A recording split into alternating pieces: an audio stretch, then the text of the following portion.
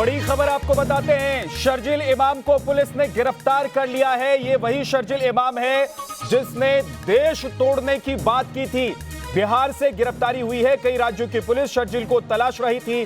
कई दिनों से इसकी तलाश हो रही थी। जब से इसका वीडियो सोशल मीडिया पर वायरल हुआ, तब से ही इसके खिलाफ कई राज्यों में मुकदमा दर्ज हुआ था और अब इसकी गिरफ्तारी हो चुकी है। बिहार के जहानाबाद से शर्जिल इमाम को गिरफ्तार किया गया है। शर्जिल इमाम पर देशद्रोह का केस दर्ज है। कई राज्यों की पुलिस एक साथ दबिश डाल रही थी शर्जिल को गिरफ्तार करने के लिए। रजनीश सिन्हा हमारे सहयोगी हमारे साथ जुड़ गए हैं। रजनीश, कैसे हुई गिरफ्तारी?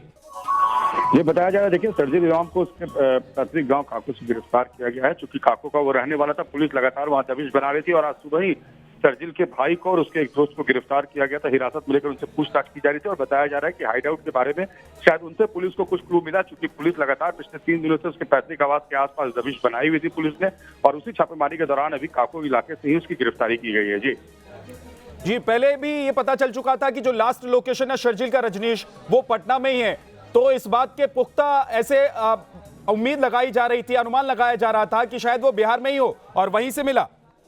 बिल्कुल, देखिए शनिवार को वो पटना पहुंचा था और दोपहर तक उसका लोकेशन पटना था। उसके बाद ये माना जा रहा था कि वो पटना के आसपास ही होगा, इसलिए पुलिस ने लगातार पटना में भी कई जगहों पर छापेमारी की थी और उसके अलावा जहानाबाद में भी छापेमारी चल रही थी लगातार। जहानाबाद में पुलिस ने शनिवार को भी उसके 3 रिश्तेदारों को हिरासत में लिया था। कल फिर आज सुबह फिर उसके भाई को हिरासत में लिया गया और ये माना जा रहा है कि उसके भाई को हिरासत में लेने के बाद ही जो पूछताछ हुई उसमें पुलिस को ये क्लू मिला कि शर्जिल कहाँ हो सकता है और उसका शर्जिल की भी गिरफ्तारी हो गई। जी, अभी कौन से राज्य की पुलिस की हिरासत में है शर्जिल? अभी देखिए, अभी स्थानीय पुलिस तो वहाँ मौजूद है, उनके साथ कौन कौन सी एजेंसियां मौजूद है वो अभी कंफर्म नहीं हो पाया क्योंकि अभी गिरफ्तारी हुई है। तो अभी जो प्रोसीजर है वो चल रहा है और मुख्यमंत्री ने इस पर रिएक्ट भी किया है। मुख्यमंत्री नीतीश कुमार ने कहा है कि जो कुछ हुआ है वो कानून के दायरे में है। जो लोग भी देश को बांटने की बात करेंगे ये बात गलत है और ऐसे लोगों पर कार्रवाई होनी चाहिए।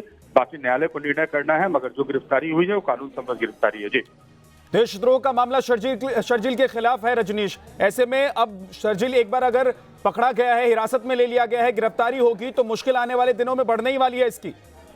बिल्कुल, इसमें देखिए कोई दो मत नहीं कि जिस तरीके का भाषा का इस्तेमाल हुआ है उसके बाद शर्जिल के लिए मुश्किलें बढ़ेंगी और कई जगह मामले दर्ज हुए। अलग अलग 5 राज्यों में शर्जिल के खिलाफ मामला दर्ज हुआ है। तो ऐसे में शर्जिल के लिए मुश्किलें बढ़ेंगी। शर्जिल को सफाई देनी होगी किस तरीके से उन भाषाओं को उन्होंने इस्तेमाल किया और असम को से अलग बात करने की जो बात कही, उसके बाद से वायरल वीडियो सामने आया। और सिर्फ शर्जिल के लिए मैं बता दूं कि अभी एक और वायरल वीडियो सामने आ रहा है जिसमें शर्जिल के भाई को भी कुछ कहते हुए दिखाया गया है। तो इस तरह के वीडियो के बाद अब पूरा परिवार जो है वो कानूनी शिकंजे में होगा और पूछताछ सभी से होगी।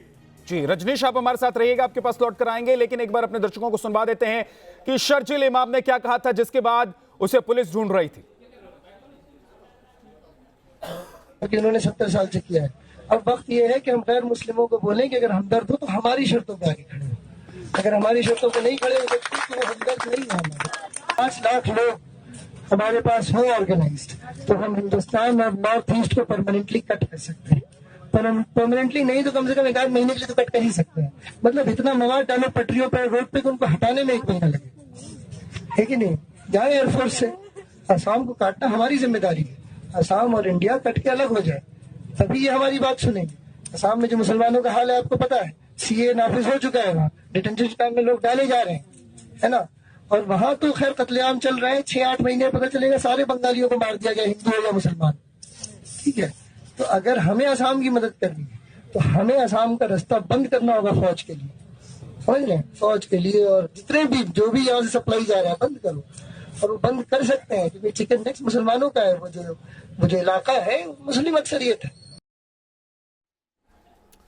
शर्जिल इमाम का ये वही बयान है, ये वही वीडियो है जिसके बाद इसके खिलाफ देशद्रोह का मामला दर्ज हुआ और पुलिस सरगर्मी से तलाश रही थी शर्जिल इमाम को। आपको बता दें कि देश तोड़ने की बात कहने के मामले में इसके खिलाफ देशद्रोह का मामला दर्ज हुआ। आपने सुना अपने वीडियो में कैसे शर्जिल इमाम देश को तोड़ने की बात कर रहा था, असम को देश के बाकी हिस्सों से काटने की बात कर रहा था। धरना प्रदर्शन विरोध के नाम पर देश को तोड़ने की साजिश रचना, लोगों को उकसाना और देश विरोधी गतिविधि, इन्हीं मामलों में केस शर्जिल इमाम के खिलाफ दर्ज हुआ है। आपको हम तस्वीर दिखा रहे हैं, ये देखिए गिरफ्तारी के बाद शर्जिल इमाम की ये तस्वीर अब सामने आ चुकी है। पुलिस ने हिरासत में ले लिया है शर्जिल इमाम को। रजनीश हमारे साथ जुड़े हुए हैं। रजनीश, कई दिनों से पुलिस तलाश रही थी शर्जिल को, कहां भागता फिर रहा था ये? जी देखिए, जैसी जानकारी है शनिवार को दोपहर में 12:30 बजे के आसपास ये पटना पहुंचा था और 2:30 बजे के आसपास पटना के आसपास ही इसका लोकेशन था। पटना के मेन टाउन में लोकेशन था। पटना के सब्जी बाग और फुलवारी शरीफ में पिछले कई दिनों से सीए के विरोध में धरना प्रदर्शन हो रहा है। बताया जा रहा है कि दोनों इलाकों में वो गया था, वहां पर इसने मीटिंग की थी। उसके आसपास में मित्र मंडल कॉलोनी के पास साकेत विहार का एक इलाका है फुलवारी शरीफ में, वहां भी इसने किसी से मुलाकात की और इस मुलाकात के बाद वो फिर गायब हो गया। बताया जा रहा है कि उसका वो शायद अपने घर गया था काको, और वो जहानाबाद के इलाके में था क्योंकि वो सेफ जोन था और वहां पर जिसके घर के आसपास का इलाका है वहां पर किसी को कोई जाने नहीं दे रहे थे, मीडिया की एंट्री लोग नहीं करने दे रहे थे, पूछताछ हो रही थी, कुछ लोगों से मारपीट भी की गई थी।